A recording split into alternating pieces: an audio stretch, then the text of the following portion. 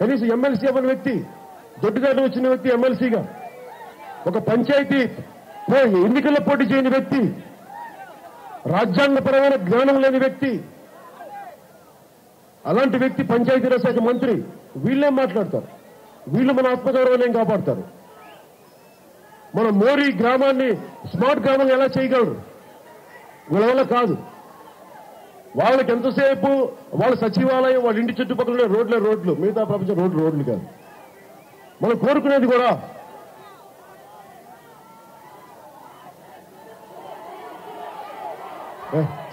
జీడిపప్పు చెప్తాను, మాట్లాడతాను.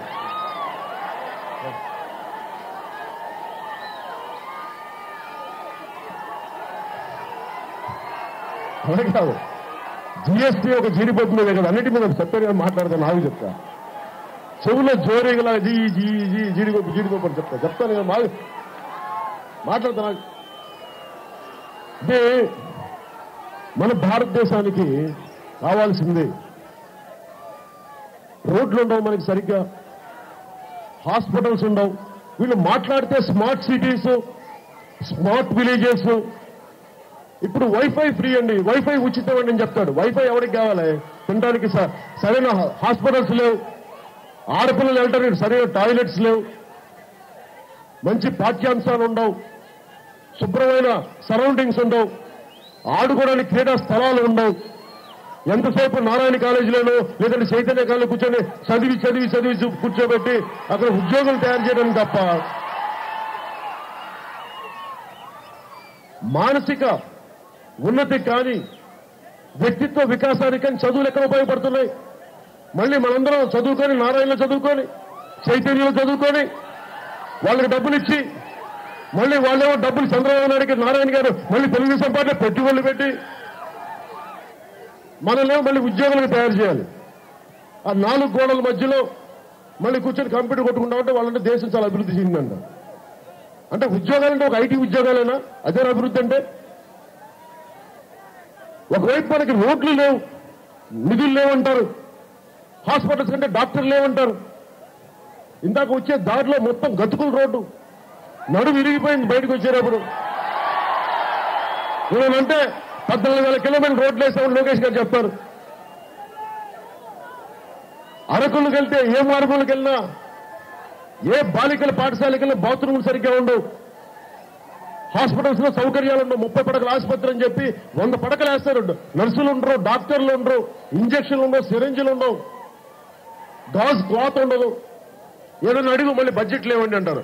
మాకు కేంద్రం చాలా అన్యాయం చేస్తారే. కేంద్రం అన్యాయం నేను మాట్లాడతాను, నేను తెలుసుకుంటాను. మీ వల్ల చేత కాదు, మీరు అసమర్థులు, మీరు చేత కాని వాళ్ళు. కేంద్రంతో ఎలా గొడవ పడాలో, మోడీ గారితో ఎలా గొడవ పడాలో బాగా తెలుసుకున్నాను.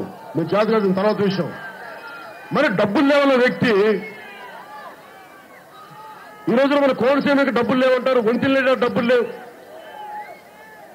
నిన్న మన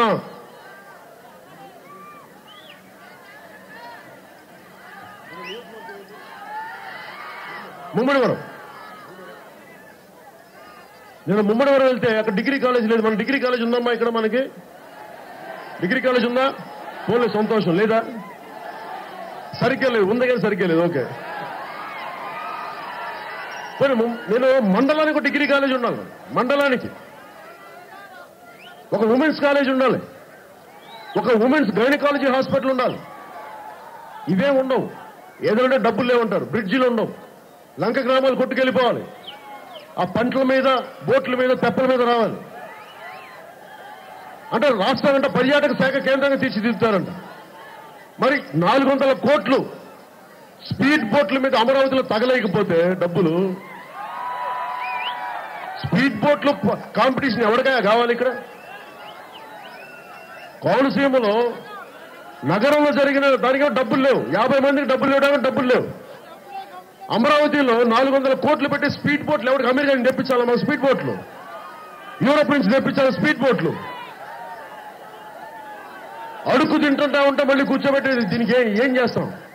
ముఖ్యమంత్రి ఎలాంటి వ్యక్తి అంటే, ఎవరన్నా అప్పిస్తానంటే ఏనుగును కూడా కొంటాడు ఆయన సరదాగా. ఏం చేస్తారు ఏనుగును కొనుక్కొని? ఇలాంటి పిచ్చి బడ్జెట్ ప్లానింగ్స్ తప్ప బాధ్యత లేని వ్యక్తి. పెద్ద అయిపోయాడు, ఆయన వయసు వచ్చేస్తా ఉంది. కొడుకుని ముఖ్యమంత్రి చేయాలని ఒక ఆశ తప్ప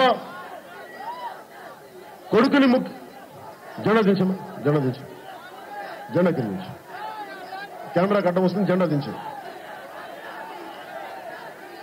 కొడుకుని ముఖ్యమంత్రి చేయాలని ఆశ తప్ప రాష్ట్రాన్ని బాగు చేయాలని ఆశయం లేదు ఆయన దగ్గర. ప్రజలకి అండగా ఉండాలని ఆశయం లేదు. అందుకని మనం ఇవన్నీ పక్కన పెట్టి ఏదైనా మాట్లాడదామంటే జీఎస్టీ గురించి కానీ నోట్ల రద్దు గురించి కానీ ఏదైనా మాట్లాడదామంటే చంద్రబాబు గారు ఎప్పుడు బీజేపీ వ్యక్తితో అవసరానికి గొడుగు మార్చే వ్యక్తి, ఏ ఎండగా గొడుగు పట్టే వ్యక్తి, ఇవన్నీ నాకు తెలుసు. కానీ కష్టకాలంలో కూడా కనీసం కొంత బుద్ధి రావాలని కోరుకుంటాం. తెలుగుదేశం నాయకులకి ఆ బుద్ధి రావట్లేదు. నేను కోరుకుంటుంది కూడా జీఎస్టీకి సంబంధించి చేనేత కార్మికులకు కానీ జీడిపప్పును మినహాయించమని చెప్పి కానీ అడగడానికి వీళ్ళకి ఎవరు పనిచేస్తున్నాడు? మంత్రులు పనిచేయట్లా, ఎమ్మెల్యేలు పనిచేయట్లా. నీ జీఎస్టీ గురించి అడుగుదామంటే ఎవడు వెళ్తున్నాడు చట్టసభలకి? ప్రతిపక్ష నాయకుడు వెళ్ళు చట్టసభలకి, అసెంబ్లీలు ప్రతిపక్ష నాయకుడు వెళ్ళు. పాపం తెలుగుదేశం నాయకులేమో ఇసుకలు తవ్వుకోవడంలోనూ లేదంటే మట్టిని తవ్వుకోవడం బిజీగా ఉన్న డబ్బులు సంపాదించుకోవడంలో మన జీఎస్టీ గురించి పట్టించుకునేవాడు ఎవరు లేడు. అందుకని జనసేన చాలా బలమైన పోరాటం చేయబోతుంది. బలమైన పోరాటం చేస్తున్నాం. జనసేన పార్టీని ముందుకు తీసుకెళ్ళడానికి ఎన్ని కష్టాలు ఉన్నాయంటే వేల కోట్లతో రాజకీయం అనే వ్యాపారంగా మార్చేశారు. తిరిగి విలువలతో, నైతిక విలువలతోటి రాజకీయం చేయాలంటే సొంత మనుషులే నమ్మే పరిస్థితి లేదు. అసలు మీకు ఒక సీటులో వస్తానండి అని అడుగుతుంటారు నన్ను. ఒక్క సీటు కూడా రాకపోతే పవన్ కళ్యాణ్ ఒక్కడే పోరాటం చేసి నువ్వు వస్తేరా లేకపోతే పవన్ కళ్యాణ్ సీట్ల కోసం వచ్చాడా? పవన్ కళ్యాణ్ మార్పు కోసం వచ్చాడు, ఆత్మగౌరవం కోసం వచ్చాడు, అన్యాయం ఎదిరించడానికి వచ్చాడు, అవినీతిని ఎండగట్టడానికి వచ్చాడు, అరాచకాన్ని తోలు తీయడానికి వచ్చాడు, అరాచకాన్ని గోండాల్ని బెల్ట్ షాపులు పెడితే బెల్టులను ఊరతీసి కొడతామని చెప్పి అలాంటి ప్రభుత్వాన్ని స్థాపించడానికి వచ్చాం. జనసేన పార్టీ సరదాకి రాలా, భయపడతా ప్రతి సభలో చెప్తా ఉంటాను. నిన్న కొంతమంది అడిగారు పెద్దలు, మీరు కొన్ని మాటలు మాట్లాడతారు, అది కొంచెం ఇబ్బందిగా ఉంటుంది కదా, కొంచెం సివిలైజ్డ్ గా ఉండదంటే నేను వారికి ఒకటే చెప్పాను. కొన్ని ముతక సామెతలు ఉంటాయి. జీవితకాలం అంతా ఎవరికి భయపడతామండి చెప్పండి. ఉదాహరణకి ప్రతిపక్ష నాయకుడికి భయపడతాం, చంద్రబాబుకి భయపడి, లోకేష్కి భయపడి, వాళ్ళకి భయపడి. అలాగా మనం గోదావరి జిల్లాలో సామెతలు చిన్నప్పుడు వినేవాడు మా ఇంట్లో. ఎవరికి భయపడతాం? రోజు ఈడికి భయపడి, ఆడికి భయపడి, ఆడ అమ్మ మొగుడికి భయపడి జీవితకాలం అంతా. అంటే చాలా మంది అడుగుతారు, ఇలా ముతగ్గా మాట్లాడేస్తామండి.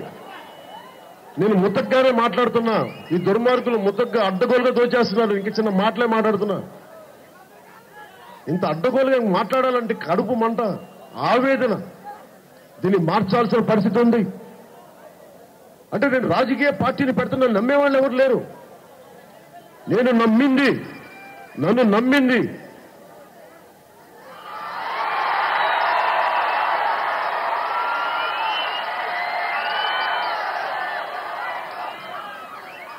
పార్టీల సంబంధమైన నిత్య సంకేతులు. ట్రెడిషనల్ పాలిటిక్స్ చేయమంటారు, వాళ్ళని కలపండి వీళ్ళకి. అదే నాకు వదిలేయండి. నేను పార్టీ పెట్టినప్పుడు ఆయన ఉన్నారా నా పక్కన?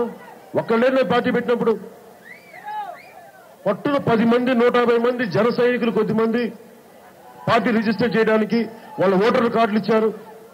10 మంది నన్ను నమ్మిన రాజకీయ అనుభవం లేని వ్యక్తులు 4 సంవత్సరాల్లో ఇంత పోరాటం చేయగలిగినప్పుడు మీరు ఊహించుకుంటే 2 దశాబ్దాలు నేను ఎంత మార్పు తీసుకురాగలను? బలమైన మార్పులు